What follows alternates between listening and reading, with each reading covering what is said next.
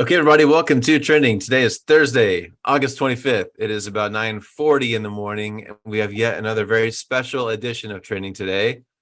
I am in my office because Joe is not currently in the office because today is Joe Skillen's 41st birthday.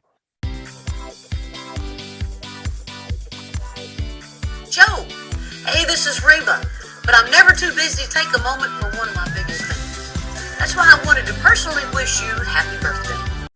So, Joe, hello. Greetings to you. Hey, man. It's good to see you. I'm on the mean streets of East Wichita. So, first, we'll get to what you're doing. Just a second. First of all, happy birthday. You took today off. I think that's great. You have some time with your family. I think that's wonderful. So we'll miss you in the office today, but hope you have a really great birthday. Happy birthday. Thanks. Thank you.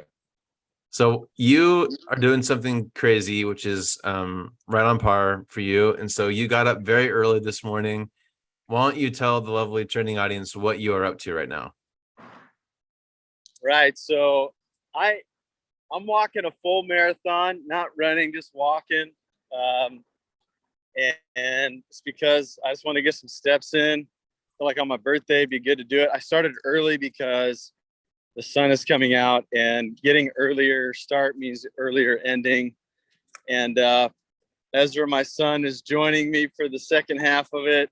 So he was able to wake up out of bed a little earlier than he would. And so we're doing it. So right now we're 21 miles in and going strong, man. So hopefully done by lunchtime, and then like a big long nap in the afternoon. So you got up at 3:00 on your birthday to walk 26 miles. I guess that does, like, if you put it that way, Matt, and knowing that you're a pious and upright and all right guy, like that does sound a little wild. So yeah, that's a little strange, but I don't know. Like I'm an early riser. I've had like Matchbox 20, the 3 a.m. I Must Be Lonely song. Baby, it's 3 a.m. I must be lonely. I'm not lonely, but like, I don't know, 3 a.m. was just kind of a good. I thought if it took me 9 hours to get done by lunchtime. So I think I'm gonna get done before then though. So that's good. Yeah, you're making good time. So yeah. All right, man. Well, good for you. You were doing some Facebook and Instagram stories this morning. You said you were up and walking around. You were awake before Apple Podcast was. Your podcast feed hadn't even updated yet, and you were out walking around. So all the news podcasts kind of came late. So I started over at the beginning, season 1 of the Bema podcast, and got indoctrinated into some good Genesis observation and theology. So I was delighted. I mean, people who saw me, like the Lyft drivers that were out and about trying to get fares, they were like, that guy's on something, because I was like kind of fist pumping and I don't know, continue to add to how strange I am. It just reveals again and again how strange of a person I am. Well, good for you, man. If that's how you want to spend your birthday, more power to you. Yes, sir. Okay. So it's already a weird episode of Trending. I appreciate you being willing to tune in on your birthday and your day off on your very strange quest that you're on today. So there's always a lot going on in the news. So we could throw all kinds of little things that we could talk about. But really, I think the big thing that everyone's talking about, it's been number one a couple of days now, is the whole student loan forgiveness thing that's going on. And again, Joe, I think you and I have a similar heart with this. Like, our goal is never to try to like skew, and we're not trying to change someone's political view. Like, we're not trying to get into the weeds of left versus right and all that kind of stuff. So our goal, like, I'm sure there are strong opinions today and this week about what's going on. And again, we're trying to toe the waters very carefully whenever political stuff comes up. But honestly, Joe, when I was thinking about this, obviously there are people on the right who say things like, I worked really hard to pay off my debt. It's not fair that these people are getting a lot of their debt taken care of, for free. People on the left are saying, well, actually, it was only 10 grand. A lot of people have way more than 10 grand in student loan. This didn't go far enough. Obviously, this will just get rolled into our taxes. And so we'll all pay for this somehow. I think I saw that it's $300 billion of debt that got erased this week. And so, again, left to right, wherever you land, one of my first thoughts was, the Bible doesn't address student loan debt specifically, right? Right. It does have a lot to say about finances, and it actually has especially the Old Testament, I guess, has a lot to say about loan forgiveness and what to do with that. So I know we've briefly touched on the idea of the year of Jubilee. Can you, for those people who just maybe have like a little bit of a reminder, or they need a little bit of a reminder of this kind of thing in the Bible, what does the Old Testament say about loan forgiveness, about the year of Jubilee? How did all that work in the Old Testament days? Yeah. So a couple of things to share there. It seems like, Israel was committed to a calendar, and that calendar started with the day. They had times to pray, morning, noon, and night. They prayed the Shema, and then they had a weekly rhythm of Sabbath rest, which always started on an evening and then a morning. So they always started their Sabbath with rest. If you look at Genesis 1, all that was created was from a chaotic nothingness. And then God does nothing at the end of that week. So it starts with nothing, it ends with nothing. And so there's always this idea of rest. And then there's a year of Jubilee, was 7 sets of 7. There was a whole year where they wanted to rest from their labors. And they would let the ground rest. They would let the worker rest. If anybody was in prison, they were released within measure. If your land was stolen, it would return back. And so there was a great reset.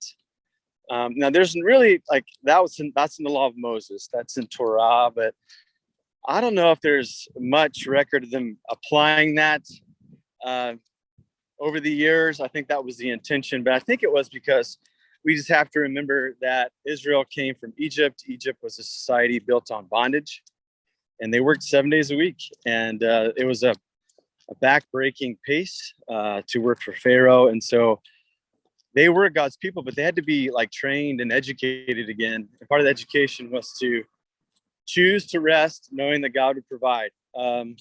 We tend not to rest because we feel like we're going to run out. And that's a more of a scarcity mindset, where God wanted to train his people on a plentiful mindset. And so the Old Testament community was trying to be re-educated, retrained, rediscipled, I guess we could say with Christian language, to know that we can rest so that God can provide, so God can show us that he can provide. And so, so it's really going back to I guess we call it a worldview where we're not going to run out. There's always plenty to share. So when I think about student loan forgiveness, you're right. There are some people who worked really hard to pay theirs off, or their parents, their grandparents, or whatever. They worked ahead so that their kids, grandkids would not have a burden. But many people did. And I think for so many people, particularly, I think the way this is structured is to be targeted towards those who make less than $125,000 a year. The reporting I heard is that the bulk of them make less than $75,000 a year, which that's still a pretty good salary. Depending on what part of the world you live in.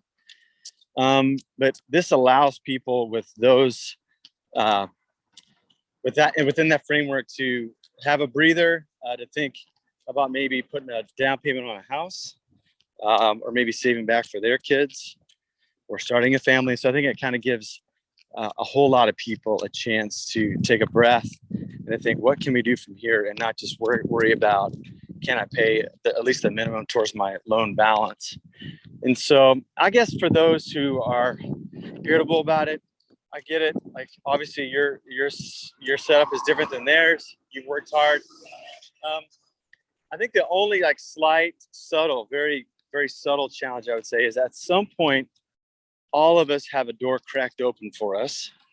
Somebody vacates a seat earlier than they wanted to, so that we could have that seat before we fully earned it. That is the case. And I think for those who say, no, that's not the case, in my opinion, maybe we didn't recognize it, but somebody prepared the way for us. And this time it's not our turn, it's somebody else's turn. And part of Christian discipleship is to be considerate, and to consider that it doesn't always have to be our turn. It doesn't have to be, the spotlight doesn't have to be on me. It could be from my neighbor.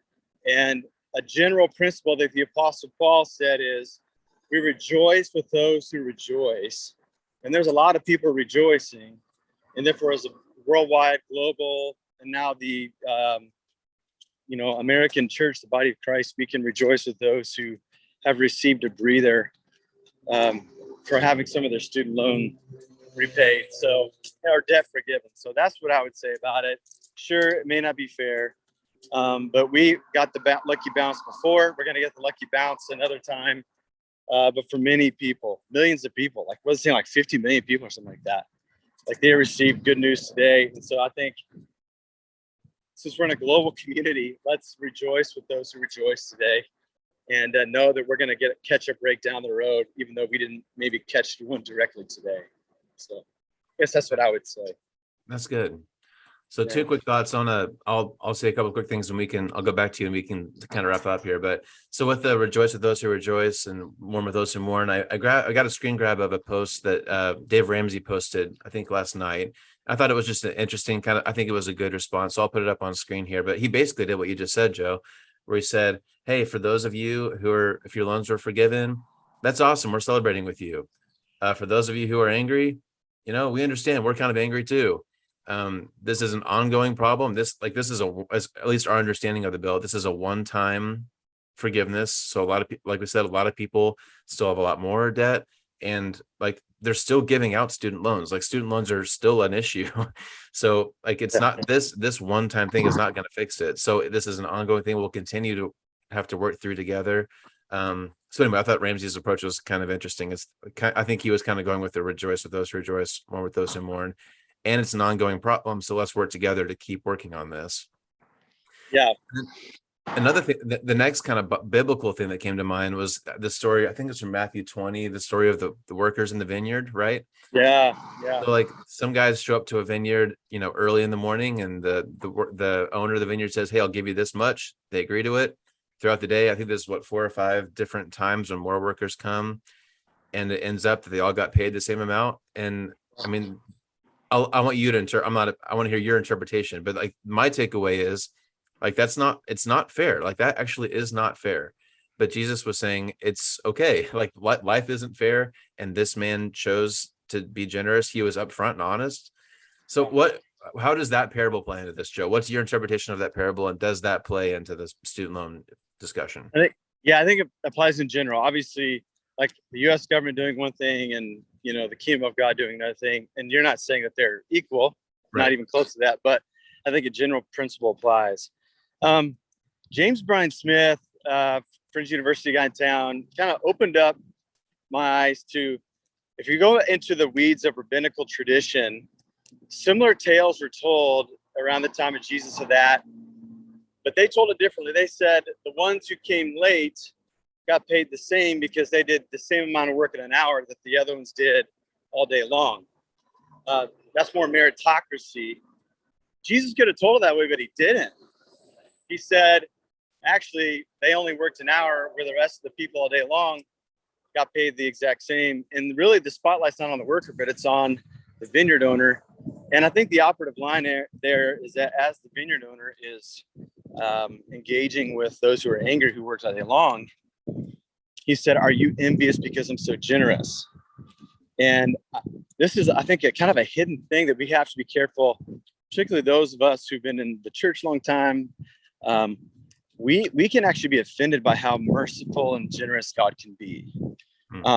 We like it when it's applied to us, but when it's applied to somebody else, we can get offensive. And I think actually the first people out of the boat who don't want to like roll with Jesus and his kingdom are not those who have the questions about how all this stuff works out, but are those who just cannot handle a God so generous, because it is lavishly generous, so undeserving that he gives good stuff to people. And I think that's offensive to some, particularly those who are good at the scoreboard and those who are good at earning over and against those next to them. And so that's an edge of discipleship that we have to grapple with, is that we don't get to determine on our terms who does receive from God. And we might just be offended because he is so lavishly generous towards those that we would rather him not. And one of the things we have to learn over time is we cannot play favorites, because God doesn't play favorites. And that's something we're born into that mindset, and we have to shed it in order to hear the gospel more clearly. So it's one of my favorite parables. And it's towards the end of Matthew where Robert Farrar Capon, he says the ending parables of Matthew are judgment parables. So there's kingdom, grace, then judgment, where there's a splitting of people. And we think all those who do nasty deeds, those are who are split away. Now we'll get to that in the parable of the sheep and goats in 25. But in Matthew 20, it's those who sneer at how good God can be and how he spends his money. They think it's a waste. Wow. And the guy's like, no, it's not a waste. And just think about the guy who got paid that day for only 1 hour. There's a reason he got picked over, because he wasn't a very good worker. There was always more workers needed than the work that was necessary. So the same people got picked out and over all the time. And so this owner was different. And that guy who got paid a whole day's wage, who's been missed every other time, he gets to go home with a grocery sack full of groceries for his family. They don't starve that day. And I think that's good news. Yeah. So yeah. Anyways, that's a good perspective. Another tweet or something that I've seen going around the past couple of days is that like it's true, like you can make a really good argument that this isn't fair. Like you can make that argument pretty easily, like that this isn't fair. But it's just interesting because Christianity is not fair. Like the fact that we get to go to heaven is not fair. Like all kinds of unfair things happen all the time in our faith, which should be the most important thing that we care about. By default, like by definition, it's not fair.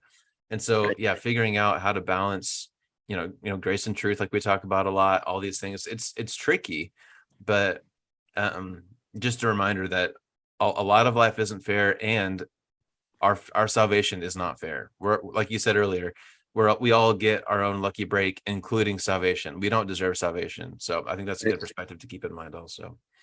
Yeah, that's good. I'll come back home for a bathroom break. Oh, nice. Okay. But no, I think you make a good perspective, and it's tough, but I think, hey, let's trust in the long game of the story, and let's allow those who catch a break today to be allow their hearts to soar, and we don't have to sneer at it, the best we can. Yep. So, and just the last thing I'll say, so just real quick, on a side story. So yesterday I help out with another podcast. I help with that with USMB podcast. So yesterday I interviewed the new president of Fresno Pacific, the MB college out in California. Really impressed with him. And he said he thinks one of the hardest jobs in America right now is college presidents. Because if you think about it, everyone thinks college costs are way too high. Like wherever you lean politically, everyone agrees it's very, very expensive. But on the other hand, like today's students have really high expectations. They want to have state-of-the-art dorms. They want world-class faculty. They want their football team to win. And so those things cost money. So like this is a complicated issue. And so I guess, unfortunately it's become political, which is a bummer to me. So I guess, if you don't like today's news, keep voting. But it's a complicated issue, right? And then I think I think when kinds of things buzz up on Twitter or whatever, which we tend to want a really simple answer when I don't think there really is. So anyway, I just wanted to drop that because it was on my mind. I just talked to President yesterday. So anyway. It's got to be tough. The market's different. It's more expensive. So parents have to figure out how we're going to pay for all this.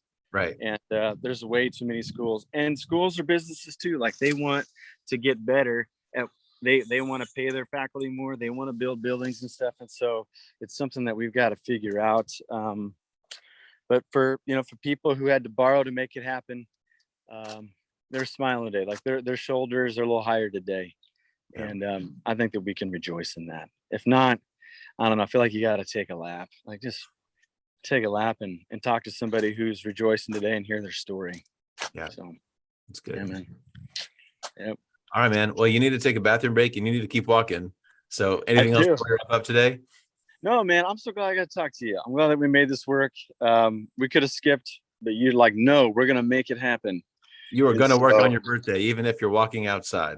That's right. Because we don't believe in Jubilee no longer. It's not fair, Joe. It's not fair. That's right. If you're working, I need to work, I guess. All right. Well, thanks so much to all of our friends watching today. Take a minute and wish Joe happy birthday. Happy birthday, Joe. All right, man. Thanks. Thanks for watching. Hope to see you Sunday next week. Have a great weekend. See everybody. Talk to you later. All right. Bye.